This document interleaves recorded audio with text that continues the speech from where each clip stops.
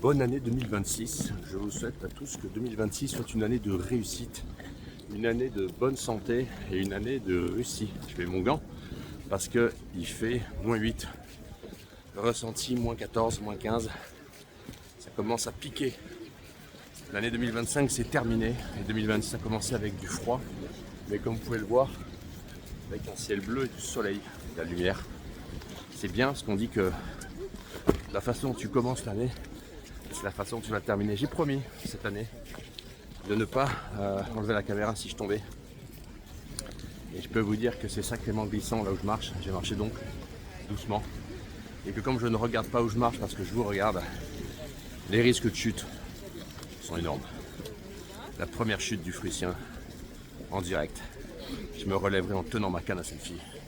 Et je ne referai pas la vidéo, ce que je faisais jusqu'alors. Pour ceux qui me découvrent, je suis Alexandre, film en direct de Moscou le 1er janvier 2026. Sur cette chaîne YouTube, je vous parle principalement de la Russie et je vous explique ce qu'est devenue la Russie d'aujourd'hui. Pays assez extraordinaire, pays dans lequel il y a énormément d'intérêt à venir passer du temps, voire à s'y installer, que ce soit à plein temps, à mi-temps, à quart temps, à tiers-temps, peu importe. Il y a d'énormes avantages à la vie en Russie, que ce soit l'environnement idéologique, moral, spirituel, que ce soit les femmes pour les hommes qui sont intéressés à fonder une famille. La Russie est un pays dans lequel il y a les plus belles femmes du monde et ça a de la valeur pour beaucoup d'entre vous. Pour les femmes, eh bien, sachez que les hommes russes sont des hommes relativement galants, sont des hommes forts, sont des hommes décidés. Avec les femmes françaises notamment ont beaucoup de succès en Russie avec les hommes russes. Donc vous voyez, c'est pas seulement un pays de femmes pour les hommes, c'est aussi un pays d'hommes pour les femmes. Et un pays dans lequel la famille, les enfants, le groupe, le clan, la structure familiale a une essence et un sens fondamental et important. La Russie c'est aussi un pays dans lequel il y a énormément de services, c'est un pays de services. On peut faire énormément de choses à des prix très faibles. C'est vraiment un pays qui est développé au niveau des services, contrairement à l'Europe, on est beaucoup plus proche des États-Unis sur le mode opératoire de vie, de type de vie, de style de vie. C'est un pays dans lequel la digitalisation est très avancée, donc c'est très pratique pour la vie de tous les jours. Et surtout, c'est un pays dans lequel il y a énormément de culture. Moscou et Saint-Pétersbourg comportent chacune entre 500 et 600 musées, des expositions partout, il y a de la peinture, il y a des galeries, il y a de l'art. C'est un pays de culture. Donc quand vous êtes dans une grande ville russe, eh bien vous vivez dans la culture. Je vais monter sur le parc Zaryadye. Alors là on est dans le centre de Moscou, en bas du Kremlin. Il y a une rue qui s'appelle la rue Varvarka. Derrière moi, regardez, c'est une rue en fait d'église. Et derrière là-bas vous apercevez les étoiles, les dômes du Kremlin. Voilà, et le long de cette rue c'est que des églises. C'est les églises dans lesquelles, pour information, habitaient les anciens boyards qui participaient à la gouvernance russe, notamment les Romanov qui avaient leur maison là, donc tous les boyards célèbres. Et puis vous avez là derrière ce nouveau bâtiment qui est un bâtiment en fait qui va être des résidences de luxe et un hôtel, donc un service de conciergerie. Ouh, là on est à 1000 euros le mètre carré, c'est pas pour les Français. Là c'est pour les gens qui ont beaucoup de pognon. Vous voyez que j'étais en train de parler français. Et une femme avec son mari m'a dit bonjour, bonne année, malgré le fait que je parle une langue d'un pays hostile, non amical. Faut avouer que le Fruitien est beau, que donc il a beaucoup de succès avec les femmes russes. Mais il n'y a pas que ça.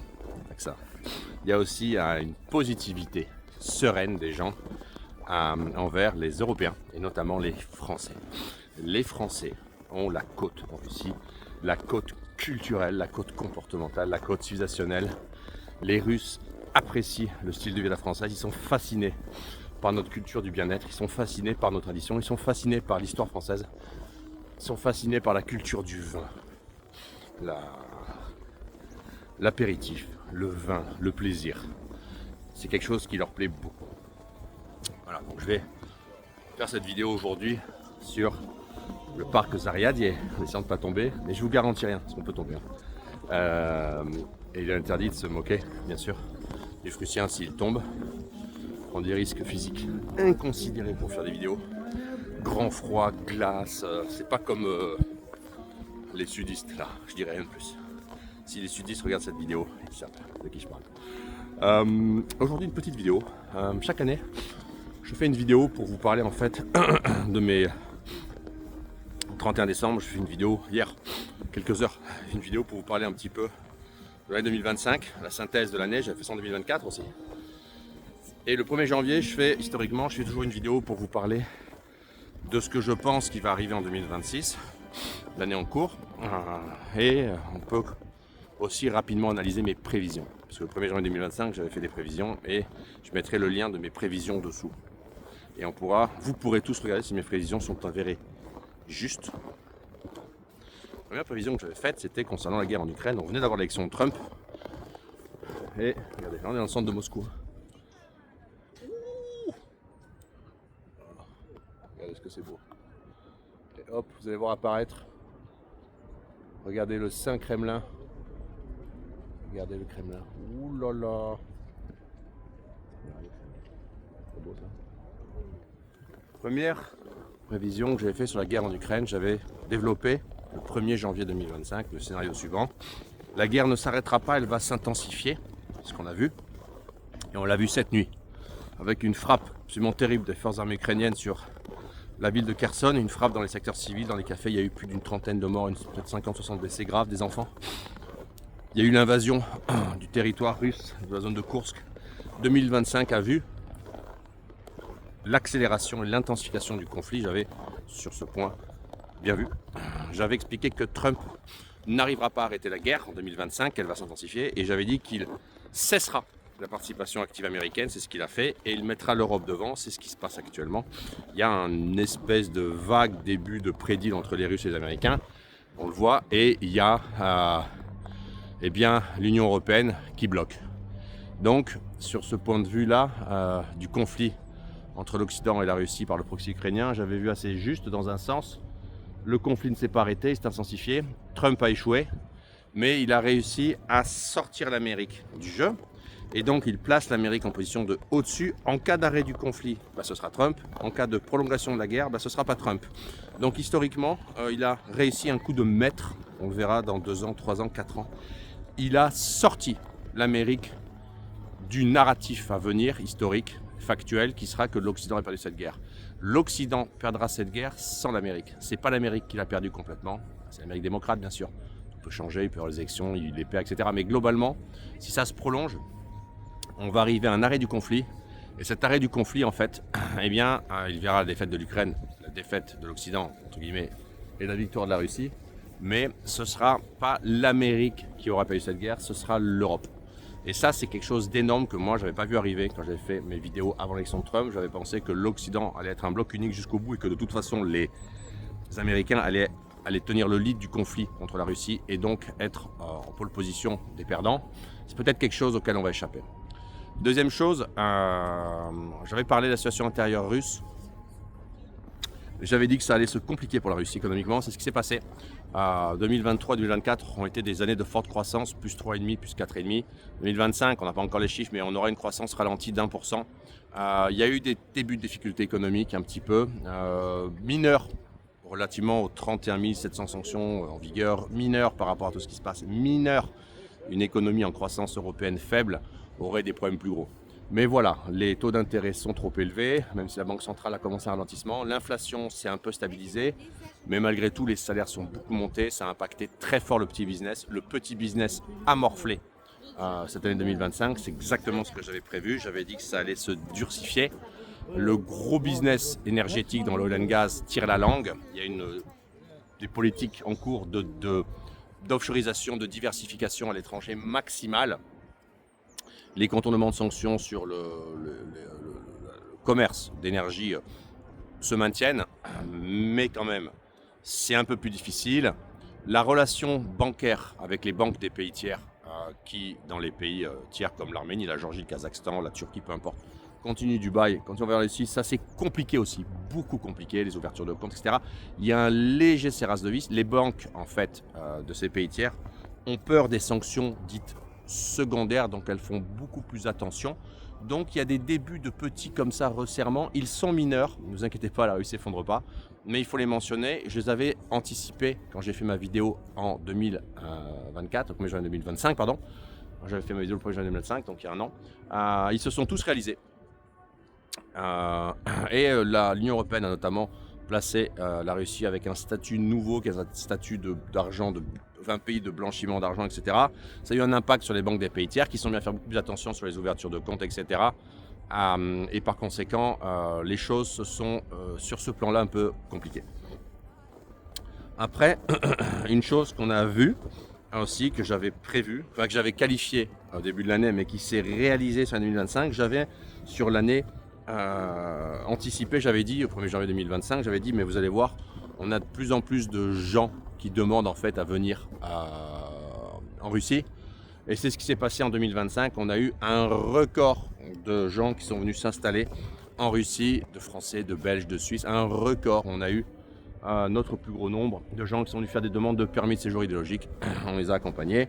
On a eu un record de demandes d'accompagnement sur les prestations immobilières. On a eu près de 100 personnes qui sont venues visiter la Russie via Time to Russia, notre structure d'accompagnement et de découverte de la Russie.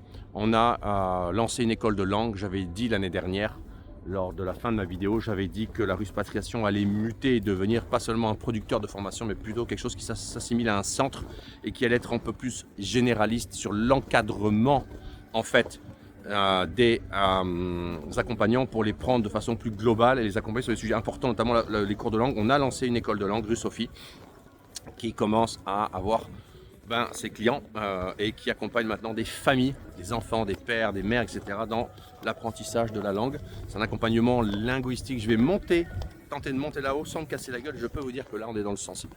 Et donc, on a étoffé en quelque sorte l'ensemble. J'avais dit dans ma vidéo de hier, du 31 décembre 2025, que la Ruspatriation allait muter, étoffer. Et en fait, c'est ce qu'on a fait cette année. On est passé d'un concept à un vrai écosystème beaucoup plus structuré. Et cet écosystème va continuer en 2026 à s'hyperstructurer pour s'adapter aux difficultés croissantes de l'environnement extérieur. Vous allez voir, je vais haut cette colline et là c'est classe. Mais c'est une pente glacée, il n'y a pas de marche.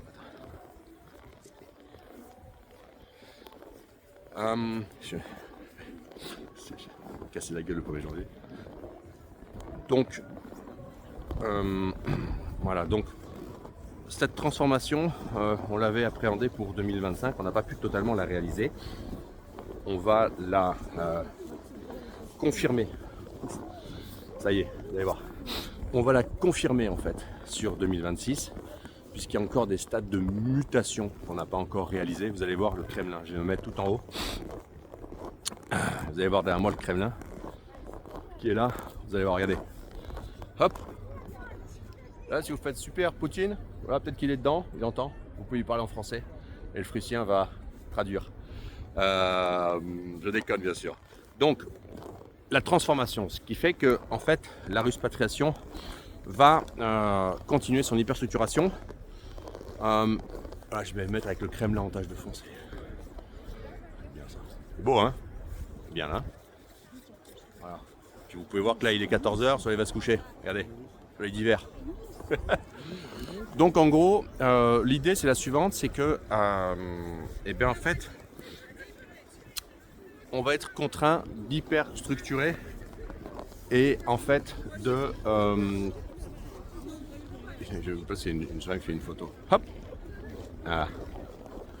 Et donc en fait, l'idée ce sera d'accompagner la transformation de la Ruspatriation 2026. Vous allez voir que nous avons énormément de projets pour 2026. Je vais vous en parler rapidement. Le premier projet, c'est que effectivement, nous allons reprendre quelque chose que nous avons arrêté quasiment en 2025, qui est la production de formations sur un nouveau format. Nous allons faire des micro-formations beaucoup plus pointues, techniques, pratiques. On apprend aussi en accompagnant les gens, on liste des problématiques et on liste des difficultés. Et ces difficultés, on va les comment on peut appeler ça, les décortiquer. On apprend aussi de où? Par des micro-formations qui seront thématiques. On va aussi faire des formations sur des sujets plus périphériques. Donc on va approfondir, agrandir, augmenter le volume de produits disponibles sur le format des formations, afin que ce soit plus simple de pouvoir venir pour vous en Russie en ayant plus de munitions.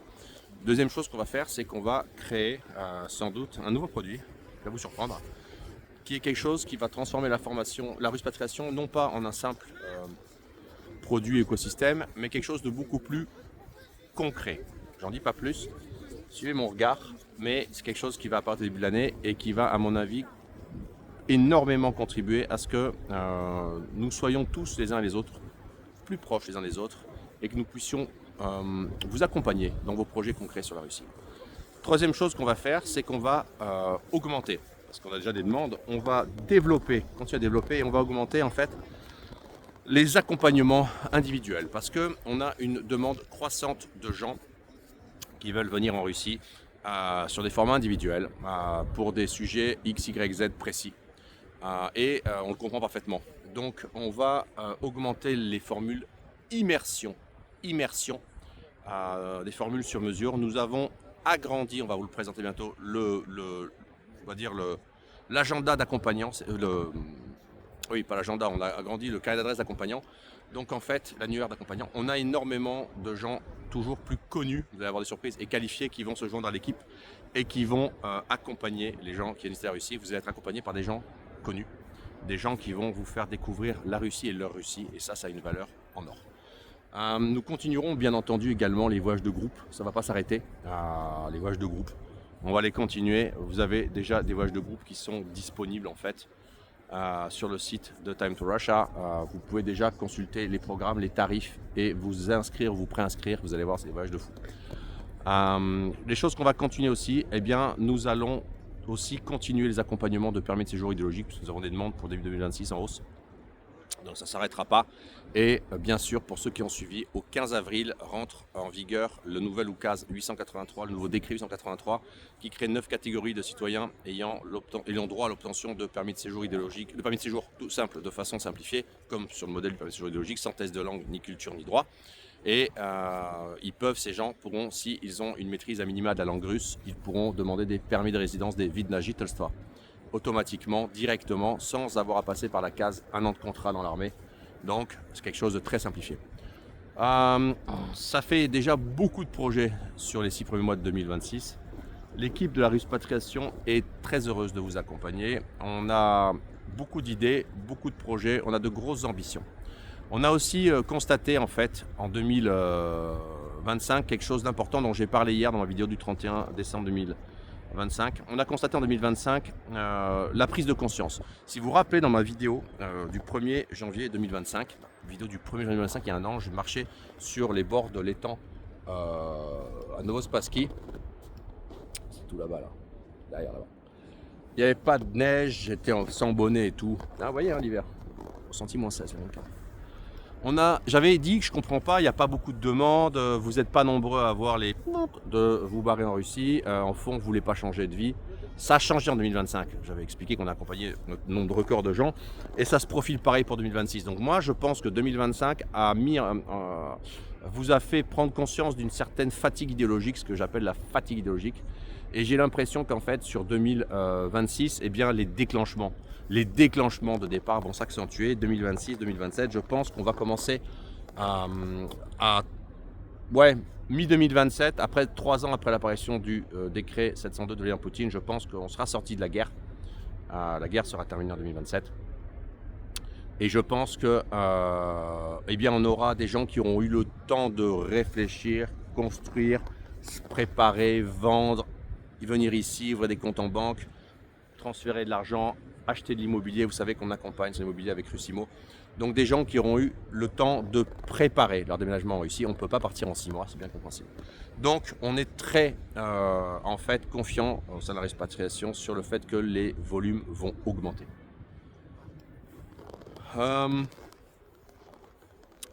19 minutes de vidéo, je m'étais dit pas plus de 20, c'est froid, hein. Après la batterie du téléphone s'effondre. Bien ça aussi, hein, le fruitien, j'ai acheté un Samsung S25 Ultra, et ben vous n'allez pas me croire, mais malgré tout, la batterie du téléphone morfle. Vous allez voir derrière moi, personne assise, garde sécurité. C'est la sécurité en haut de cette boule dans le vent, qui est là toute la journée. Si vous voulez un boulot difficile, le voilà. Ça c'est un boulot difficile. I go there. Thank you.